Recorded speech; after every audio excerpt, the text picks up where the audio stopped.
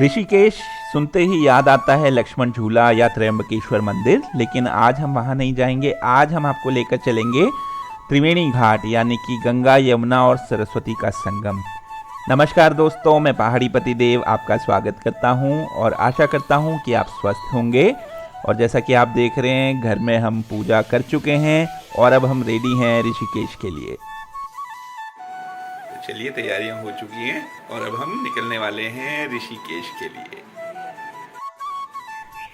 तो हमने सोचा कि आज सुबह थोड़ा सही समय पर निकल जाएं ताकि सही समय से वहाँ भी पहुँच सकें। और आज ऋषिकेश जाने का मेन कारण ये है कि हमारे बेटे का जो जनेऊ हुआ था उसके बाद हम चाहते थे कि ऋषिकेश त्रिवेणी घाट में जाके, क्योंकि वो एक बहुत ही महत्वपूर्ण घाट है, वहाँ पर क्यों ना हम अपने बेटे से सुबह की पूजा करवा पाएँ और उसके साथ खुद भी कर लें। तो इसीलिए आज का ये प्रोग्राम बना है और साथ बने रहिए, देखिए वहाँ क्या क्या होता है। एक बड़ी खुशी इस बात की भी है कि मम्मी, पापा, मेरी बहन और मेरा बेटा और वाइफ और मैं, हम सब एक साथ जा रहे हैं बहुत समय बाद। आज हम आपको लेकर चलेंगे ऋषिकेश, तो चलिए सफ़र शुरू करते हैं। सफ़र की शुरुआत में तो थोड़ा घपला हो गया यहाँ पर। तो यहाँ पर ये जो हमारे पेट्रोल पंप पे भैया जी हैं, इन्होंने होशियारी करी कि इन्होंने 1000 रुपये का हमने तेल का था, लेकिन इन्होंने 800 का ही डाला। 200 का हमसे पहले एक बाइक पे किसी ने डलवाया था तेल 200 रुपये का, तो उन्होंने वहाँ से ज़ीरो पे नहीं लाए और फटाफट वैसे ही 1000 कर दिया। लेकिन थोड़ी बहुत बहसबाजी के बाद बात संभल गई और हमने सिर्फ 800 रुपये ही दिए। देहरादून ISBT से जब हरिद्वार की तरफ जाएं बाईपास रोड से, तो ये पहला पेट्रोल पंप पड़ता है राइट हैंड पर। तो ज़रा नेक्स्ट टाइम जब पेट्रोल डलवाएं तो नज़र ज़रूर रखें पंप पर। तो चलिए, अब देहरादून को पीछे छोड़ते हुए हम निकल पड़े हैं। ये हम टोल रोड पर आ चुके हैं यहाँ पर, और अच्छी रोड है, काफ़ी स्मूथ है और मतलब देखने के लिए इधर उधर भी आप देखें तो अच्छे जंगल जंगल जैसे दिखता है, तो अच्छा मज़ा आता है। लेकिन एक बात का ध्यान रखना है कि टोल कटवाते वक्त अगर आपके पास फास्ट टैग है तो उसी से करवाएं, वरना ये डबल चार्ज ले लेते हैं। और टोल वाले आपको खुद से नहीं बताएंगे कि हम डबल चार्ज करने वाले हैं, या खुद से नहीं बोलेंगे कि आप फास्ट टैग यूज़ कर लो। वो सीधे बताते हैं आपको कि हाँ, आपको 200 रुपये देने हैं, जबकि वैसे 95 लगते हैं। वैसे कहते हैं कि अगर आप ऋषिकेश से देहरादून या देहरादून से ऋषिकेश जा रहे हैं तो आपको कभी कभी हाथी भी दिख सकते हैं रास्ते में, अगर आपकी किस्मत बहुत अच्छी है। तो यहाँ हम सूर्य देवता के साथ रेस लगाते हुए चल रहे हैं। कोशिश ये है कि भाई गर्मी बहुत ज़्यादा ना बढ़े, सुबह सवेरे पहुँच जाएं, सही समय पर स्नान ध्यान हो जाए, और फिर अगर समय बचा तो थोड़ा इधर उधर घूम पाएंगे हम। तो इसी कोशिश में लगे हैं कि भाई बहुत गर्मी ना हो, और कहीं सूरज पीछे तो कहीं आगे। अब सूर्य देवता हमारे आगे आ चुके हैं, अभी तक साथ साथ दौड़ रहे थे, अब आगे से हमारा स्वागत हो रहा है यहाँ। और फाइनली हम पहुँच चुके हैं ऋषिकेश। ठीक है, तो अभी ऋषिकेश में हम आ चुके हैं। अब हम ढूंढते हैं कहाँ से जाया जाए त्रिवेणी घाट की ओर। तो एक पंडित जी ने हमें रास्ता बता दिया और हम सीधे पहुँच चुके हैं त्रिवेणी घाट, और ये है इसका मुख्य द्वार।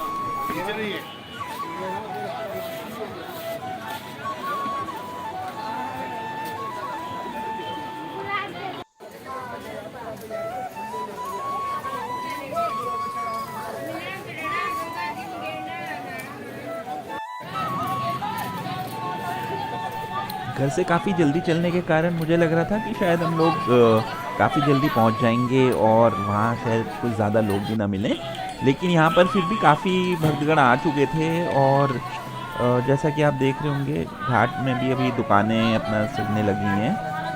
और ये एक दुकान कुछ ज़्यादा मुझे खास लगी, जिसमें कि काफ़ी सारा सजावट का सामान मिल रहा है और मालाएं हैं। और सबसे बढ़िया लगा ये सांप जो इस दुकान की रक्षा कर रहा है।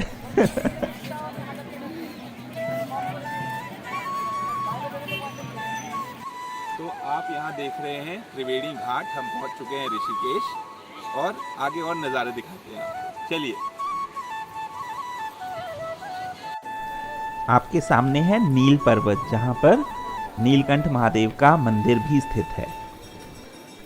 और ये जो सामने पोल्स आपको दिख रहे हैं, ये उन लाइट्स के लिए हैं जो गंगा आरती के समय रात में जलाई जाती हैं।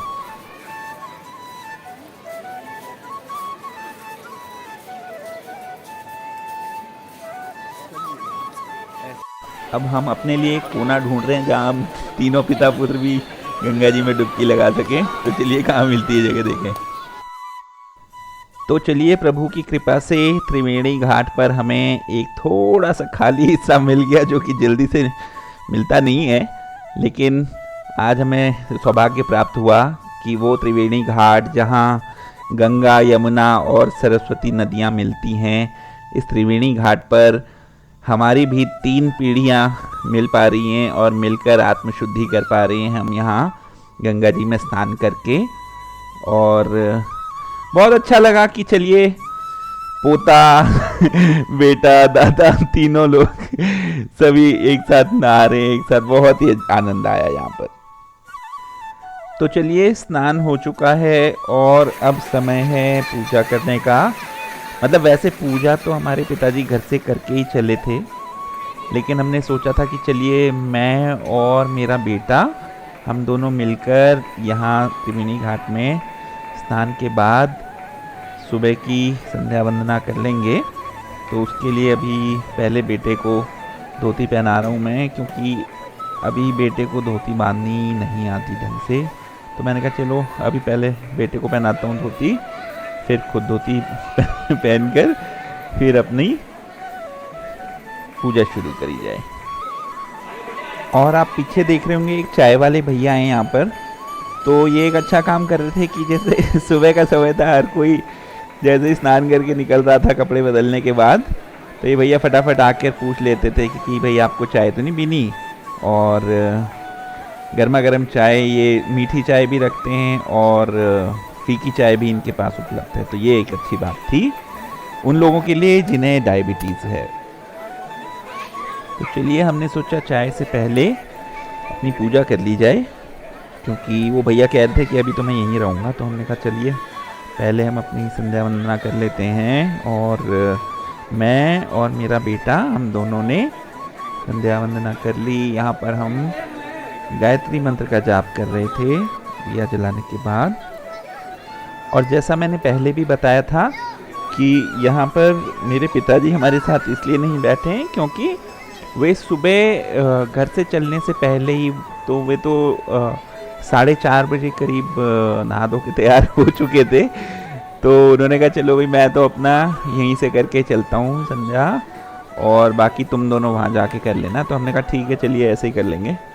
तो मैं और मेरा बेटा हम दोनों ने सोचा था कि हम यहाँ पर कर लेंगे। पापा ने कहा मैं एक और बार चलो स्नान कर सकते हैं, उसमें तो कोई प्रॉब्लम नहीं है। तो बस यही प्लान बना। तो यहाँ मेरा और मेरे बेटे का दोनों का गायत्री मंत्र का जाप पूरा हो चुका है। और इसके बाद फिर मेरे बेटे ने सूर्य देवता को जल चढ़ाया। और जल चढ़ाने के बाद हमने सोचा कि चलिए भैया अब अपने नॉर्मल कपड़े पहन लेते हैं, धोती उतार के कुर्ता पजामा पहन लेते हैं, और उससे पहले चाय पी ली जाए। अब हमें यहाँ मिली डीजल वाली चाय तो अब आप देखिए डीजल वाली चाय की क्या कहानी है। तो ये देखिए कितना धुआं निकल रहा है यहाँ पर, ये चाय वाले भैया के स्टोव से भयानक धुआं है। भाई साहब यहाँ डीजल वाली चाय पिला रहे हैं, मैं डीजल वाली भाई साहब की शक्ल दिखाओ भाई, ये देखो ये है भाई साहब डीजल में चाय बना रही है। गरम गरम चाय गंगा जी के बाद, आहा अदरक गरम है। तो यहाँ हमारे चाय वाले भैया जी ने बताया कि वो जो स्टोव में मिट्टी तेल नहीं डालते हैं और वो डीजल यूज़ कर रहे हैं। तो मैं काफ़ी हैरान भी हुआ था कि वैसे तो डीजल और पेट्रोल इतना महंगा हो रहा है, तो कैसे ये डीजल में चाय बनाकर फिर भी, और पैसे भी ये बिल्कुल वाजिब ले रहे थे, यानी 10 रुपये ले रहे थे एक चाय के, जो कि बहुत ही कम है। तो चाय ख़त्म हो चुकी थी और अब हमने कहा कि चलिए अब हम चलते हैं जानकी पुल की ओर। और फिर हमने सोचा कि जानकी पुल से हम जाएंगे राम झूला तक पैदल पैदल। तो जानकी पुल को हमने क्रॉस करना है और फिर वहाँ से राम झूला जाएंगे, और राम झूला के ठीक सामने पड़ता है चोटी वाला, क्योंकि आज हमने सोचा है नाश्ता करने चोटी वाला पे जाया जाए। और अभी आप देख रहे होंगे यहाँ पर गाड़ी फंसी पड़ी है, तो बुरी बात है कि ये गाड़ी फंसी पड़ी है, पर शुक्र की बात यह है कि ये मेरी नहीं है। और लेकिन अब जिसकी भी ये समस्या तो है ही, तो हम कोशिश कर रहे थे, मैं भी थोड़ी इनको सलाह दे रहा था कि भाई इस तरह से रेत में इतनी भारी गाड़ी एकदम फंस रही है, तो मैंने इनसे कहा था कि आप गाड़ी में अगर आपका रबड़ मैट हो तो वो निकाल लीजिए, क्योंकि पहिया घूमता रहेगा रेत में और समस्या होगी। और शायद ये जो थे जो चला रहे थे गाड़ी, उनको रेत पर चलाने का ज़्यादा अनुभव था भी नहीं, और वो गाड़ी काफ़ी उन्हें समस्या हुई इस वजह से। तो कुछ समय के बाद यहाँ पर, क्योंकि ये गाड़ी नहीं निकल पा रही थी, तो एक दूसरे व्यक्ति थे जो कि शायद एक टैक्सी चालक थे, तो उन्होंने सोचा कि चलिए, क्योंकि वो थोड़े ज़्यादा स्किल्ड होते हैं, नॉर्मली ज़्यादा परिस्थितियाँ ऐसी उन्हें फेस करनी पड़ती हैं, तो उन्होंने कहा चलिए मैं कोशिश करता हूँ। तो यहाँ पर फिर वो कोशिश कर रहे थे, और जो गाड़ी के ओनर थे ये पीछे से धक्का लगाने की कोशिश कर रहे थे, जो हम कह रहे थे कि ना ही करें, क्योंकि इससे कोई फ़ायदा होना नहीं है, इतनी भारी गाड़ी है। अब क्योंकि समय का अभाव था हमारे लिए भी, और मेरे साथ में भी मेरे माताजी पिताजी भी थे साथ में, और बेटा भी कह रहा था भूख लग रही है, तो फिर हमें समय से यहाँ से निकलना पड़ा। तो ये वाले व्लॉग को हम यहीं एंड करेंगे, और अब मैं आपको अगला व्लॉग दिखाऊंगा चोटी वाला रेस्टोरेंट ऋषिकेश का।